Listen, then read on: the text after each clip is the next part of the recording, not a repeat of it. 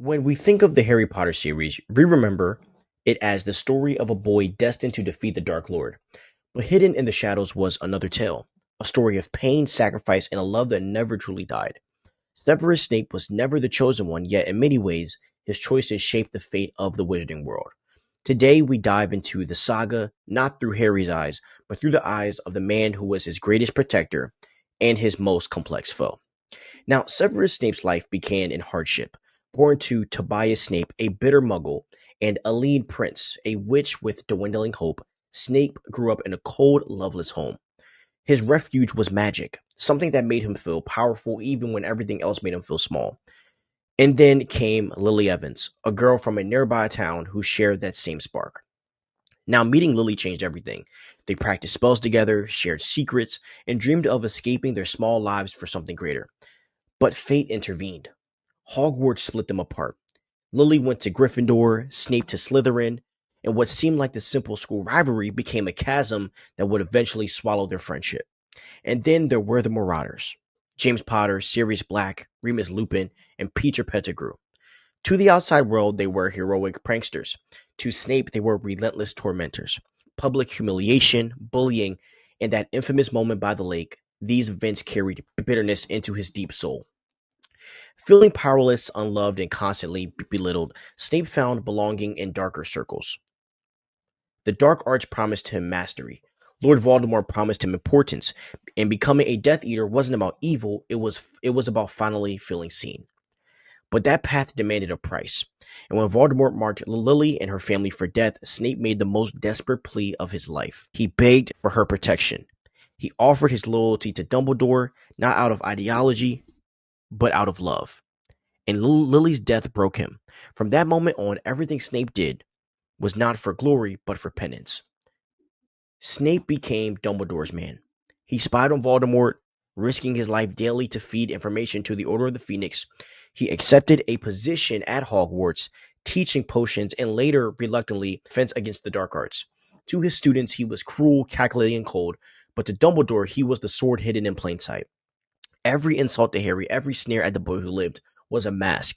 Snape hated the sight of James in Harry's face, but was haunted by the reflection of Lily in his eyes. His protection of Harry wasn't affection, no, but it was a promise.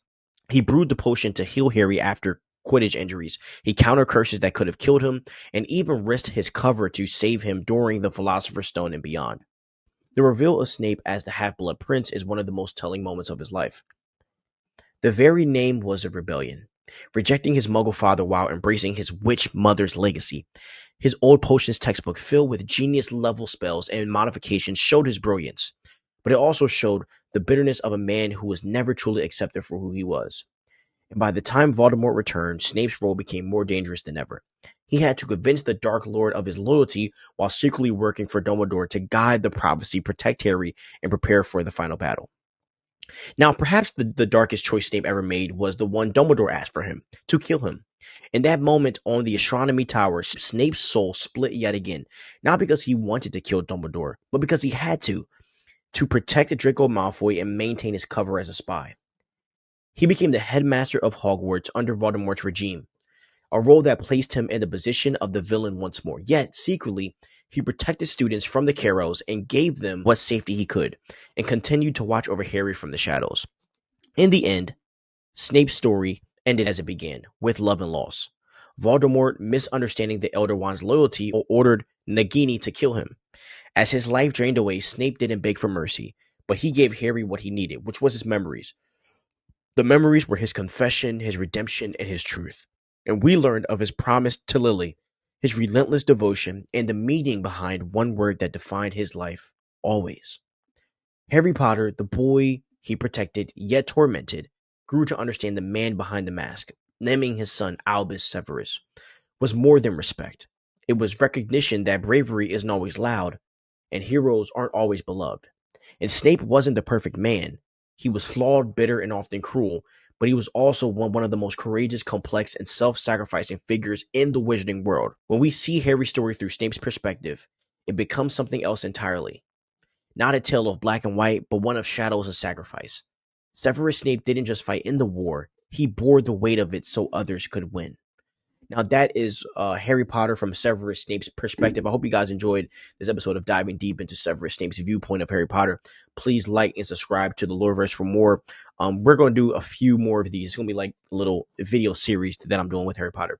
So please have a great day, and please like and subscribe and ring that notification bell so you know when we post. And peace out.